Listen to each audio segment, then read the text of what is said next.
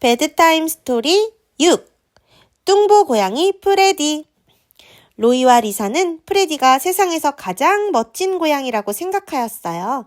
드디어 그들의 기도에 응답을 받아 고양이를 얻게 되었지요.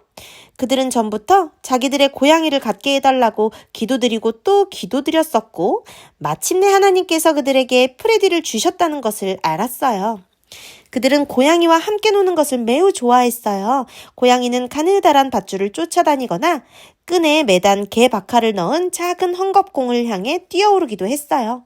그들은 프레디에게 옷 입히기 놀이도 했는데, 이 놀이는 아이들에게는 즐거웠지만 프레디에게는 그리 즐겁지 않은 일이었어요. 그 중에서도 가장 재미있는 것은 프레디가 감아올린 쥐를 쫓아가서 덤벼드는 것을 보는 것이었어요. 그런데 이 모든 운동에도 불구하고 프레디는 점점 뚱뚱해져서 아주 뚱뚱한 고양이가 되고 말았어요. 그는 햇볕이 잘 드는 큰 창가에 앉아있는 것을 좋아했어요. 그곳에서 프레디는 잠을 자고 스트레칭을 하고 스스로 몸을 씻기도 하고 앉아서 밖을 내다보기도 했어요. 프레디는 비록 집안에서 자라는 고양이였지만 문이 열리기만 하면 밖으로 나가기를 좋아해서 가족들은 프레디를 잘 지켜봐야 했어요. 어느 겨울 눈이 내리고 또 내렸어요. 눈이 너무 많이 와서 바람이 불 때면 그네를 거의 덮을 정도로 거대한 눈보라가 일었어요. 눈이 너무 많이 와서 학교가 일주일 내내 휴교를 했고, 아이들은 집 안팎에서 프레디와 놀 시간이 많아졌어요. 눈이 펑펑 쏟아지는 어느 날, 리사와 로이는 더는 안에 있을 수가 없어서 두꺼운 옷을 입고 눈으로 요새를 만들기 위해 밖으로 나갔어요. 어떤 곳은 그들의 키보다 눈이 더 많이 쌓여 있었어요. 그래서 그들이 요새를 만들기 위해 하는 일은 눈을 퍼내고 벽을 만드는 것 뿐이었어요. 그들이 요새를 튼튼하게 하려고 눈을 쌓고 있을 때 엄마가 우편물을 가지러 나갔어요. 프레디는 창가에서 엄마가 두꺼운 자켓을 입고 눈 장화와 장갑을 착용하는 모습을 지켜봤어요. 앞문을 열었을 때 엄마는 밝은 눈에 비친 햇빛의 강렬한 빛 때문에 순간적으로 눈이 부셔서 앞이 보이지 않았어요. 프레디는 그 상황을 이용해 몰래 문 밖으로 나갔어요. 엄마는 푹푹 빠지는 눈을 밟고 진입로 끝까지 걸어가면서도 프레디가 엄마를 따라오는 것을 전혀 알지 못했어요. 엄마가 우편함을 열려는 바로 그 순간 커다란 제설기가 집 앞 도로를 따라 내려갔어요. 그리고 눈이 하늘 높이 날아올랐어요. 커다란 제설 트럭은 커다란 소리를 내며 도로에 눈을 치우고 있었어요. 프레디는 너무 놀라서 우편함 아래에 놓아둔 택배용 나무 상자로 뛰어들어갔어요. 바로 그때 공중으로 날아올랐던 많은 눈이 휙휙 하는 큰 소리를 내며 상자 위로 쏟아져 내렸어요. 쏟아져 내린 눈이 너무 많아서 눈이 우편함 위까지 거의 덮었어요. 주위를 둘러보며 햇살의 아름다움을 마음껏 즐긴 엄마는 집 안으로 들어왔어요. 엄마는 프레디가 눈이 쌓여있는 나무 상자에 갇혀 있다는 것을 전혀 몰랐어요. 리사와 로이는 밖에서 노는 것이 너무 즐거워서 저녁 식사 후 리사가 프레디를 찾을 때까지 프레디가 없어진 것을 몰랐어요. 리사는 프레디가 늘 있던 장소를 살펴보았어요. 옷장 위도 찾아보고 빨랫바구니 안도 찾아보고 침대 아래도 찾아보고 소파 뒤도 찾아보았어요. 프레디가 어디 갔지? 곧 로이도 함께 찾았어요. 로이는 프레디가 밖으로 나갔을 때 했던 것처럼 문을 열고 프레디를 불러보았어요. 그러나 프레디는 평소처럼 문간에 나타나지 않았어요. 엄마, 프레디 보셨어요? 리사가 물었어요. 너희가 눈 요새를 만들러 나가기 전 아침 일찍 보고는 못 봤어. 내 기억에는 프레디가 창턱에 앉아 있을 때가 마지막이었던 것 같구나. 그들은 아빠에게도 여쭤보았어요. 그러나 아빠도 프레디를 보지 못했다고 하셨어요.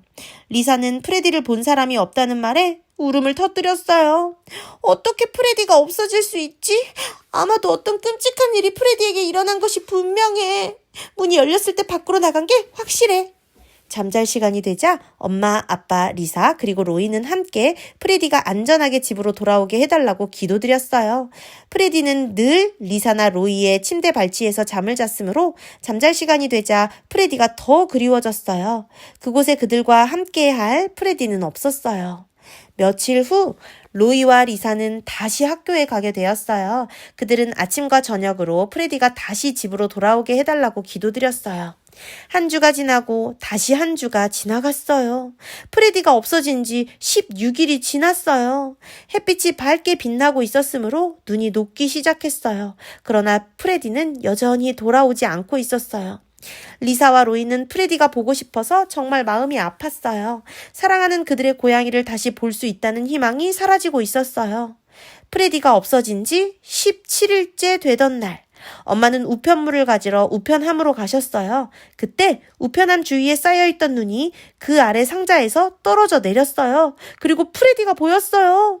프레디는 그 시간 내내 우편함 아래에 있는 상자에 있었던 거예요. 엄마는 프레디를 다시 보게 되어 매우 기뻤어요. 엄마는 프레디를 안고 입을 맞추어 주고 집으로 데리고 들어왔어요.